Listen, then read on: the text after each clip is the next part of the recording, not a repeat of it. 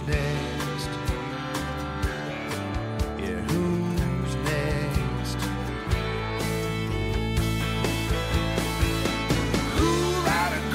Welcome to the C.L.I.M.B. This is a show dedicated to helping singers, songwriters, and indie artists like you create leverage in the music business. As a matter of fact, that's literally what the C.L.I.M.B means. C.L.I.M.B, creating leverage in the music business. See what we did there? See what we did?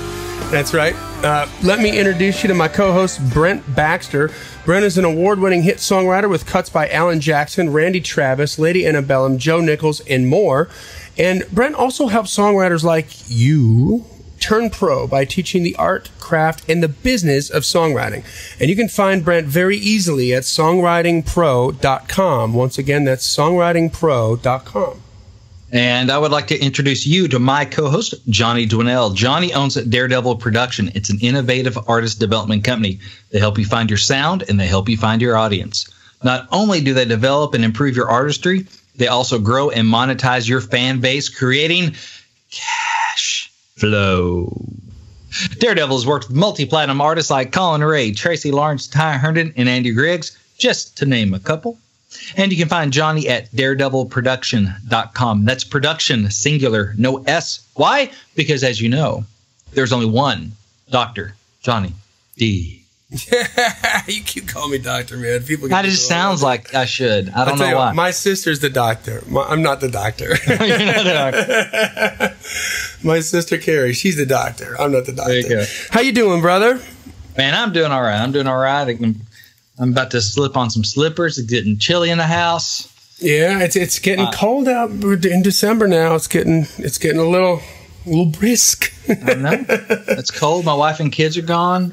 You know, getting early start on the holidays, and I'm gonna go join them in a couple days. But there's, the house is chilly. No loved ones to hang on to. Well, no warmth in the house. No warmth in the house. It's quiet. It's cold. I'm lonely. Thank you, Johnny, for being here for me. I love you, buddy. I got your back, man. Merry Christmas. Well, hey, let's get right into it.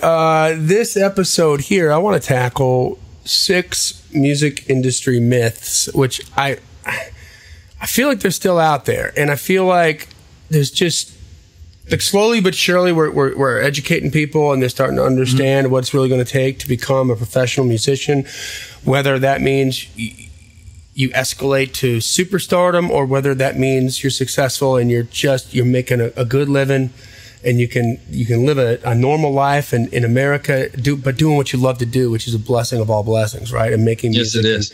And recording music. So these myths, you gotta understand them, and you gotta get your head around them. Brent, I know you're gonna weigh in a lot on these early and often, because it is they're still prevalent. They're still it's like the turd that won't flush. Like, people just don't hang on to this. Like, I don't get it. Wow. Okay. Overheard today on the podcast. And just pull that little step out and tell, hey, guess what we talked about today? The turd that won't flush. Yeah. There we go. The floater. All right. So, and unlike the floaters, I think why these myths persist, looking over them, is they're comforting. They seem like magic. It's like, I want to hang on to this because it sounds like this is not as much work as I'm going to have to do once we kill these myths. I don't want to drive a stake through the heart of these myths. And if these are in fact myths, then I don't get to be bitter. I don't get to blame somebody else. Right, because, I didn't get picked. Yeah. I didn't get lucky. I have to do some work now. Dang it. I get picked for Red Rover, and that old memory comes up again in the form of my music, and I'm going to start, bitching at people. But myth number 1. Good music will find its own audience. This is categorically untrue. So it's kind of like build it and they will come, right? Yeah, that's not what happens. I mean, it's just not. It never was, by the way, what happens. Part of the problem with this myth, Brent, is that it's perpetuated by sort of out of touch former or current major label artists who've been around for decades. because that was their experience. You know, they were high out of their minds. They wrote a couple cool songs. They got a demo. The record company brought them in, put them through the machine, and they woke up one day and they had an audience. You know, so to them, that's their reality, but that's not what happened. That doesn't discount that completely. Just because they're ignorant of the fact that a record label had a whole marketing department that said, okay, where's a bunch of people that we can find they're going to like something like this kind of music? Where can we go find them? And how can we get the music in front of them? And, a lot of that was with radio play, certainly, which was very prevalent for breaking artists back in the day. That's no longer the case now, as you well know. I mean, step one, you got to write a good song. And you got to move somebody, right? And then you've got to make that product, and you've got to make that recording, and it's got to be amazing. But then you have to find the audience. The record label's not going to do it for you anymore. They're really not. In fact, record labels kind of out of the business of finding audiences to a degree. They're in the business of finding bigger audiences, but they're a procurement. They're like a conglomerate now, right? Like think about General Electric or Procter & Gamble, where, General Electric's most famous for, we have all these different brands under our big multi-billion-dollar conglomerate, and every single one of them is either number one or number two in the marketplace, right? That was so they're an acquisition-based giant that continues to grow because they buy the right companies for the right reasons. That's what record labels are doing now. And they're like Shark Tank.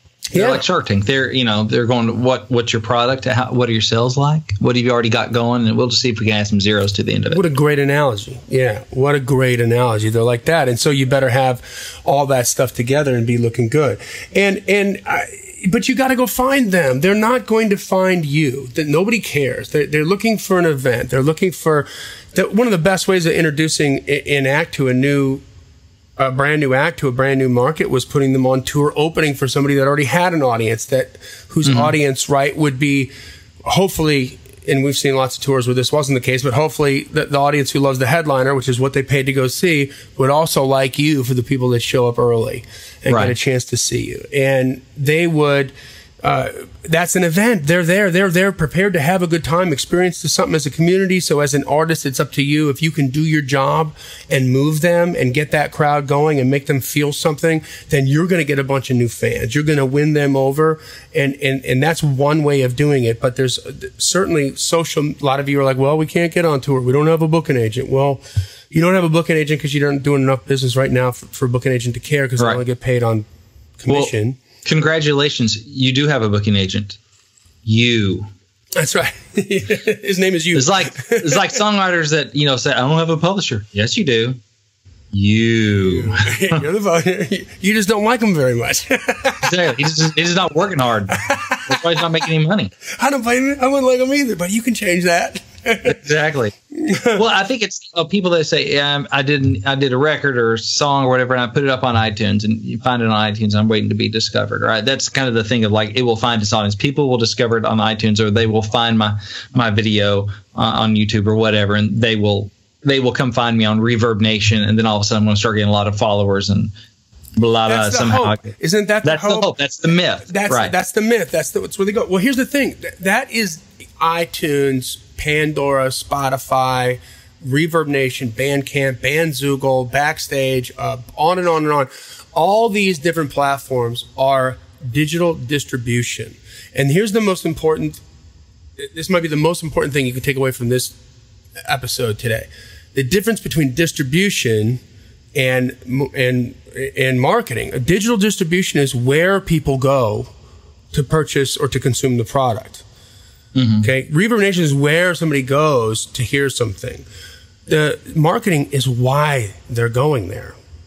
I mean, there's a very, very small percentage of the population who actually went into record stores back in the day to shop.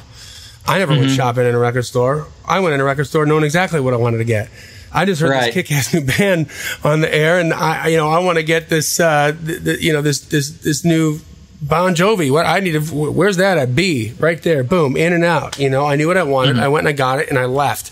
And that is exactly what happened. There is no digital foot traffic on any of these sites. So nobody's going to stumble across you while looking for something else, with the exception of Spotify playlists. But that's just a very small piece of the pie. You're going to need a lot more than that. It's not enough to grow a career based off luck. That's right. And that leads us right into myth number 2. Your music video will magically go viral on YouTube.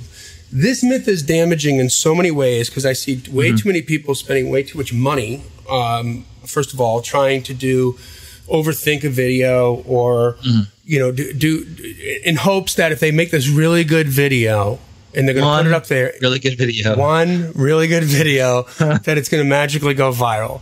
Has that happened? Yes. Did somebody win the Powerball lottery last year and get $600 million that lived in a trailer park? And yes, that happened. And not for nothing, there's been several, TV shows, reality shows that followed people around after they won hundreds of millions of dollars. And typically the average is of 1 year and all the money's gone. 1 year later, that's the average. You know why they weren't rich? Because they don't know how to handle money. So everybody who thinks they need their big break, you don't have your big break because you don't know what you're doing. And this is exactly the same. So most of the artists who have broken on YouTube, and YouTube is the by far most powerful tool that you have for free from your couch. It's just, if you move the bong out of the way and look at the computer, it's right there. If you just type in YouTube, you can pull it up, man, and you can put your stuff up there and reach people, but you got to work and you've got to be consistent. We've got 2 episodes prior to this where we kind of spell out how to create the viral YouTube channel. Yeah, like you're going to set the infrastructure, right, for what you need to create a viral channel. But man, one video isn't going to do it by itself. Was it one video that happened for Carmen? Yes. Was it one video that happened for Noah? Yes. But they had tons of videos before that. An audience built up, a bunch of followers that triggered the multipliers in YouTube that helped. They manifested that. That wasn't luck. That was work. Right. Hey, if I knew which days I would write the cuts, I would only show up on those days. Right, exactly. Good point. Good point. If Carmen knew which video it was, why'd she do all the others? That's right. Actually, I would show up the other days to write just because I love it, but whatever, But I get your point. I mean, that's a perfect point. So it's all about the consistency. So don't think that one video is going to do it, and don't get, it's more than that. It's about getting the name out there, and it's about really, really working. Myth number 3, if you make a demo, quote unquote, of your music and then quote unquote shop it to the labels, you might get a record deal. What? No, I saw it on a show. Didn't I see it on a show one time? Probably. They probably did that on the show Nashville. Here's the thing, like all your aunts and uncles and the people that you have friends in the music industry that are talking are probably telling you this, and they're coming from a good place and from an honest place in their heart, because that's the way it used to be. I mean, it used to cost a couple $100,000 to make a record because you had to go into a proper studio. There was tape that you had to buy. Just the tape alone was $300 a reel. And if you're going to do slave reels and everything like that, I mean, you're talking thousands of dollars just for the tape. And then you still got to rent the studio. You still need an engineer. You still need a producer. Maybe you got to pay players if you don't have a complete band. Mixing the whole thing. It was so cost prohibitive for any average person to be able to put out a proper recording. The demos were the way they used to do it, but that's not the case anymore. That's not the case anymore. And listen, there's rare exceptions to the rule, but think about it this way from a real world, just a money situation. Apply this to your own paycheck. In 1978, when Tom Petty released Damn the Torpedoes, I think it was 1979, cost $8. And that was a big deal. I remember Tom Petty had a whole bunch of stuff in the press about fighting to keep the cost of that $8. But if you put that into an inflationary calculator, in 2016, that's worth $29.22. That's what we were getting for records, right? And I think he sold 10 million copies at least to that record. So if you put that into context, that's $250 million worth of revenue, gross revenue off of one product that was then split up amongst the distributors, right, and the record label. And, you know, I'm sure they probably figured out a way never to pay Tom Petty, you know, because he never recouped. But the promo, cash, everything like that. Boom, yeah, see what you did there? It was good. I'll be there all night. But today, just to give you an idea, if you look at Tom Petty's latest release, which is, as a point of comparison, which came out last year, Hypnotic Eye is the name of the record. It's on iTunes, like everybody else's record, for $10.99. Right? So from $29 down to $10.99, that's the cost of the widget. So that's 62%. So I'm going to start with this. Take your paycheck, think about what it is right now, and subtract 62%. And try to run your household. Okay, it's not much of a cost of living increase there. And try to live. Now, the second thing is that because of the market shifts here, if you look at the best-selling country music record of, let's say, 2004, I believe, was Shania Twain's "Up," which sold, I don't know, 10 or 12 million copies in the United States. And the best-selling country music record last year barely cracked 1 million. Top Dog barely cracked 1 million. So that's not at least 90% unit sales down. So not only are we going to take your hourly wage down by 62%, but we're only going to let you work 10% of the hours. But there's good news, right? Because there's whiskey, because I think I need a drink right now. So this is what record labels are dealing with, right? They don't develop acts anymore because they can't afford to develop them.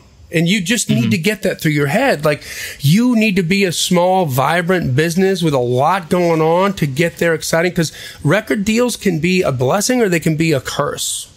And if you don't come into it the right way, in the right situation, it's more often than not a curse. And that's what you don't want.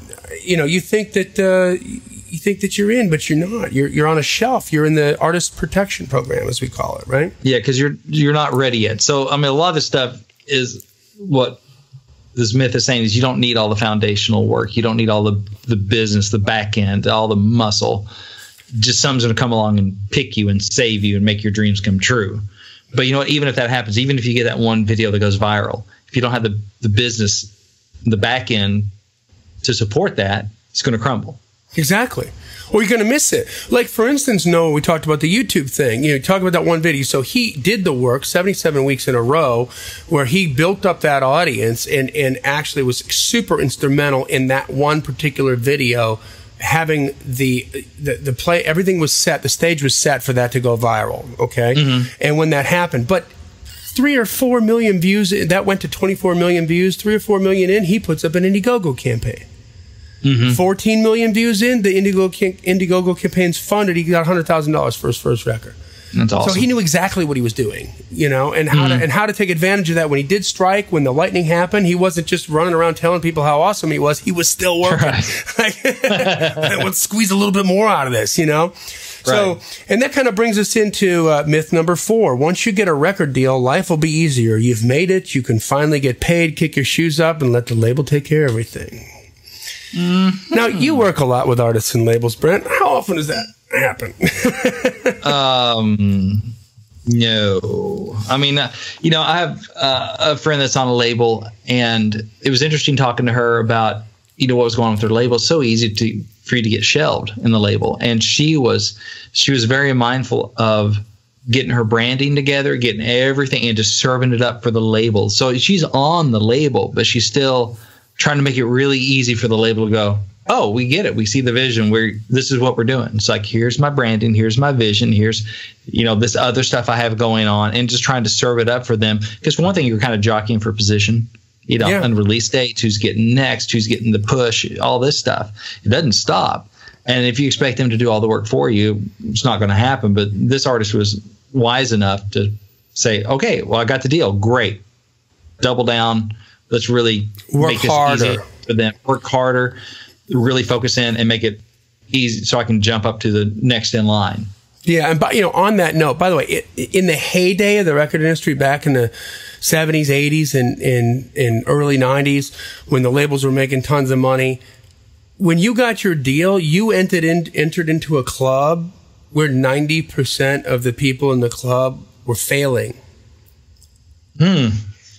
That's a crappy business model. I mean, think about that. McDonald's couldn't exist if 9 out of 10 hamburgers were returned because they didn't work. Right. 9 out of 10 franchises. Or they lost money. If 9 out of 10 hamburgers lost money in the one hand. But because the power of radio, because it was so powerful, right? It was very restricted because there's only 12 songs an hour, right? So it's I'm not speaking that there's a velvet rope for people, but it's just there's only 12 songs an hour. We want rotational programming as human beings. So there's only so many artists that are going to get in that spun and get to keep getting spun in there. So that set up the CBS Records had 500 artists. 450 of them didn't make any money. Only 50 of them did. But the 50 that made money made so much money it covered all the other losses. So even then, when it was all and I say this because everybody's lamenting this now, like they keep comparing it to the way it used to be. Man, the way it used to be, you talk about jockeying for position. You have to jockey for position after you get the deal into the top 10 slots. Oh, yeah. Think about that. Well, just remember, the label is not as concerned with making sure you make money as they are with making sure they make money. And understand that. There's nothing wrong with that. Just once you get it, then you can start asking the right questions and making the right moves. How can I help? Yeah, how can I help you make money? Exactly, exactly, and make that happen. So, the work starts once you get there, and you're going to have to, and you're really, really, really going to have to bring something. And for that, real quick side note, Granger Smith, we talk about him, Earl Dibbles Jr., completely independent, built up a $1.8 million business every year, $150,000 gross a month, people. That's what that breaks down to. And did a complete, and all the labels were trying to sign him really, really bad. He put him off for a couple years until he was ready to get that number one. He wasn't going to get a number one on the radio without the label. And he comes in. Now, this is an opinion. This is not, I don't state this as fact. This is, if I was Granger Smith, this is what I would have done because he was such a big trophy at the time that he decided to go with a label because all of them had been knocking down his door forever because he was an undeniable positive business force. I would have come in and said, hey, man, put a performance clause in the contract, right? Like, you have 9 months to get me whatever that criteria would be, a top 40, a top 10, a number one, whatever that is, whatever I wanted, right? You have whatever I can negotiate, right? You have 9 months to get that, or this contract's null and void. I don't owe you anything, and I can go across the street and let these other guys handle it because you didn't know how to market me, and clearly I'm marketable because you've been wanting it for years, right? There's no proven it. I've already proven it. So you have that hammer at the table. But here's the point. Okay, here's the point. For those of you who believe in myth number 4, for those of you who believe that once you get the deal, everything's going to be okay. What happens if they say yes? What happens if, man, we love you, you're talented, we're going to give you a deal, and these 2 people at the label really believe in you, and they exert enough influence to get you the deal that you want, and then the next Granger Smith comes along with that performance-based. He's already a big businessman. He's way bigger than you. And they need to satisfy that because they know that's going to make them money that's farther along than you are because he did the work and you didn't. You're riding in on your talent. He's riding in on cash flow. And, and he's going to take all the resources, all the energy and everything away from that. And guess what's going to happen to you? You're going to be shallow. Yeah, you're going to wait in line, you know? So now's the time to get started. What's the old Chinese proverb? Best time to plant a tree is 20 years ago. Second best time is right now. Now, exactly, yeah. Okay. So myth number 5, artists like Taylor Swift and Trent Reznor from 9 Inch Nails made it because they were really, really rich. If you had that kind of money, you could make it too.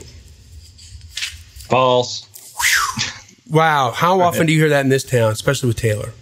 Oh, yeah, with Taylor, yeah, I've heard that, yeah. Because her family does have money. They did, and listen, they helped start that label. I mean, this is not a secret, okay? Right. So it's easy to look at that and go, well, that's the reason, because somebody has money and I don't. And that's a bigger issue than just music business, but that's definitely happens there. I mean, here's the thing. Like, I've had a bunch of conversations with Rick Barker about this, who is her former manager. He is very passionate about this. I know. I've talked to him about it too. You know, because he's like, there is no shortage of money in this country. And if it was that easy, if it was just about the money, because everybody wants to be a rock star, right? Yeah, exactly. If it was that easy, we'd have a lot more rock stars and they'd all be rich. But it's not about being, having the money. It's about being, and it's not about just being in the right place at the right time. It's about being the right person in the right place at the right time. Taylor's very smart. She knew, and she was way ahead of this game. She is the first artist that I would go out on a limb and say who's straddling both the blessing of straddling the old music industry and the new music industry. She was able to use terrestrial radio to break her and really take her to another level. But the reason she's soared way beyond that and switched platforms on terrestrial radio, went like what's the word? Like disowned by country music radio. She's transgenre. Yeah, and she's transgenre. And went to pop music, which is usually like a deal breaker, right? Because some people don't usually bounce back and forth between the two. They have their favorite station if it's country. They have their favorite station if it's pop, but they usually don't. Yeah. And she blew it up even bigger. And she is one of the only two artists in the last 2 years that has sold more than 2 million records, and by far she's sold like 8.6 million because she gets the social media part of it, you know. And so it's more than money. If you think it's money, that's a story that you're telling yourself, and you're an idiot. Stop it, okay? It's got more to do with that. And I promise you, if you're doing your job right, the money will find you, okay? And the last myth, Brent. Last one. The last myth number 6, writing a hit song, just when you get into a room, you just got to get in a room and just write, and it happens magically, man. Oh, yeah, that's why I don't carry a guitar. I just carry a bag of pixie dust. and a wand. And a wand. That's all I need. That's not a pen in my pocket. I'm not happy to see you. It's a magic wand. Now, to be fair, like, okay, let me ask you this. What's the song that took you the longest to complete? And what's the song that took you the shortest amount of time to complete? Because sometimes some happen quicker than others. Yeah, I mean, heck, I don't remember that. But, I mean, like Monday Morning Church took a long time. That's been my biggest hit. You know, it was a top 5 here in the U.S. and other places around the world, I assume. And so that, you know, I started that when I was in grad school, didn't finish it, reworked the lyric, you know, after I was already out and working in Little Rock. And then, you know, it was later that I met Aaron and we finished it up. So that whole process was at least months, if not the better part of a year. Say Every Head Bowed, which was a Randy Travis cut. Brandon Kinney and I wrote that in a day. Yeah, half a day probably. You know, I came in with the title and not the idea, and we developed the idea and wrote it and done in one day. So some happen fast, some happen slow, but they don't. There is an element of magic, I guess, because it's not. We can't just reproduce it easily. You know, there's some little thing in there that happens, but it's a lot of hard work. But does the magic? Because I do believe in the magic. I believe and I've heard countless stories of artists that are like, man, this song wrote itself. Like, it took me 10 minutes to write it, or 20 minutes to write it, and I was done, or something. But what I want you to articulate is that doesn't happen to the novice, does it? No, it doesn't. I mean, what was it? Tammy Wynette, they needed one more song, and they end up sitting down real quick, like while the band was in the studio, and writing like or Stand By Your Man or something like that. Some story that, it happened so quick where she wrote that with her producer, I think. But it's like, no, it didn't take 10 minutes to write that song. It took all those years of her perfecting the craft and him, her co-writer perfecting the craft, plus 10 minutes. Yeah, plus 10 minutes. It took plus 10 minutes. Exactly. I like that. Tony Arata, who wrote The Dance, classic career song for Garth Brooks. I think he wrote that. He was in a laundromat, from what I heard. He was having the laundry spin, and he was writing that song. It's like, well, it didn't take him a load of laundry to write The Dance. It took him years and years and years, plus a load of laundry to write The Dance. He got to get his 10,000 hours first, and then you write The Dance. Yeah. I mean, if I write a song in a session, it doesn't take me a session. It takes me all these years I've been writing plus that one session to write that song, because you're building your craft. And the great thing about it is you work and you build that muscle, and you build this filter, right? That on one end, hopefully inspiration and the magic comes in, right? And then the other end is the hit song. And when you're working and you're building your craft, all those songs, that's building the funnel and the filter. So when that magic drops in, it comes out more like a hit song, because that's how you've built song after song after song after song after song. So then when it took me 10 minutes, it just fell out. Well, it just fell out through that process that you've built time after time after time after time. Exactly. It's like a football player running a route, or a quarterback going through his progressions, whatever it is, like you get where you don't have to think about it. Yeah. Think about happened. Put it on even more common terms. Like if you're a waiter or a waitress, remember that first day? The first day that you walked out on the floor and you probably spilled spaghetti on somebody. And I mean, it was a nightmare. You didn't know what the hell you were doing. It was complete and utter terrifying chaos. Yes. And it was just a restaurant, but then all of a sudden you learned, right? And the more you did it, and then the real good servers understand how to make that look easy. Or how about a construction worker? Right? The first day you're on a construction site and you start to learn about how to plan out this and that and how you're going to make this work. And then next thing you know, years later, you've done so much work on it that you know exactly what you need to do. But there's still a process of preparation, right? Like we need to know this is going to be the door frame, this is going to be the window frame, we're going to do this, we're using this kind of wood. So because we're using this kind of wood, we're going to use this nails. This is a high class home, we're going to use bigger wood, we're going to pour some cement, blah, blah, blah. Whatever it is, like you understand how to do that, you become a student of the game, and it is a process. It's a craft, and it takes time. A plumber, it takes years of work before you get out of, what do they call that for a journeyman? On like jobs that require safety, like for consumers out there and everything. I mean, these are important things, and it just doesn't. Right. But it sounds so easy when you hear the song. Like, hey man, I wrote this song in 10 minutes, and my name's Tony Arata, and I wrote the dance, and I was watching a load of laundry. It sounds like all that, but the buildup is so different than that, Yeah, it's you just see the little tip of the iceberg. You don't see all the ice underneath. There's a famous story from Picasso where he's at a restaurant one time, and some lady comes over to him in typical Germ style, like while he's eating, and she gives him a napkin, and she's like, "Oh my God, you're Pablo Picasso. Will you draw something for me on this napkin?" He's like, "Sure." And he draws something in like 2.5 or 3 minutes, and of course it's a Picasso, so it's brilliant. And he hands it, and he holds it up, and she's like, "Oh my God, that's great." And she goes to grab it. He's like, "That'll be $300." And she's like, "But that just took you 3 minutes." He goes, "No, it took me my whole life to learn how to do that in 3 minutes. So it's $300, And she wouldn't pay it, so he crumpled it up and threw it away. But think about that, folks. And that's a myth, man. It's all about the work. You can't get around the work. No matter what you do, you're not going to get around the work. And if you do get lucky and get around the work, believe me, it's going to come back and bite you in the keister, because you're not going to know what the hell you're doing. You're going to be in a wrong room, and you're not going to belong. And it's going to come back. And they're going to know it. All right. So that brings us to the end of another wonderful The C.L.I.M.B episode. Warm and fuzzy episode. Warm and fuzzy, yeah. Warm and fuzzy. Do the work. Do the work. Warm and fuzzy. Do the work. That's right, man. Well, so before we say goodbye, once again, if you're just listening in, if you haven't gotten the free Twitter book, we have a book that will at Daredevil that will teach you how to target an audience on Twitter. And by the way, this works for Instagram too. It's the same code. And you can learn how to get 1,000 brand new targeted followers every single month, and it just takes you like 15 minutes a day, so you can be super efficient at it. You can get that book at giftfromjohnny.com. That's spelled JOHNNY, giftfromjohnny.com.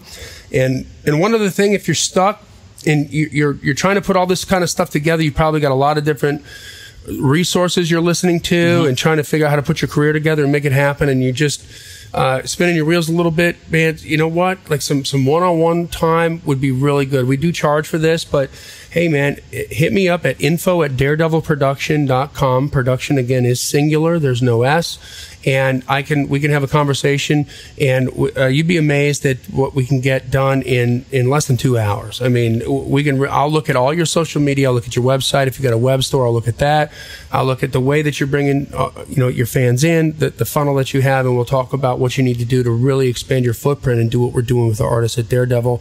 And man, that's some of the best education you're ever going to pay for. So info@daredevilproduction.com. Give us a buzz. Brent, once again, thank you for hanging out, man. My pleasure. I enjoyed it. I love doing this show with you, dude. This is fun. I learned stuff. This is great. I learned stuff. I just love, we get emails from people that are like, man, dude, I tried this, like this happened. They just results emails, and they love it, and they're like, thank you so much. I've listened to every episode. So that makes our day. Don't be afraid to send those out. Leave a rating and review, comment on it, and share it. Sharing is caring. If you want your brethren, musicians to get on the same page, let them know. We want you to win, people, and we want you to keep on climbing. And we'll see you at the top.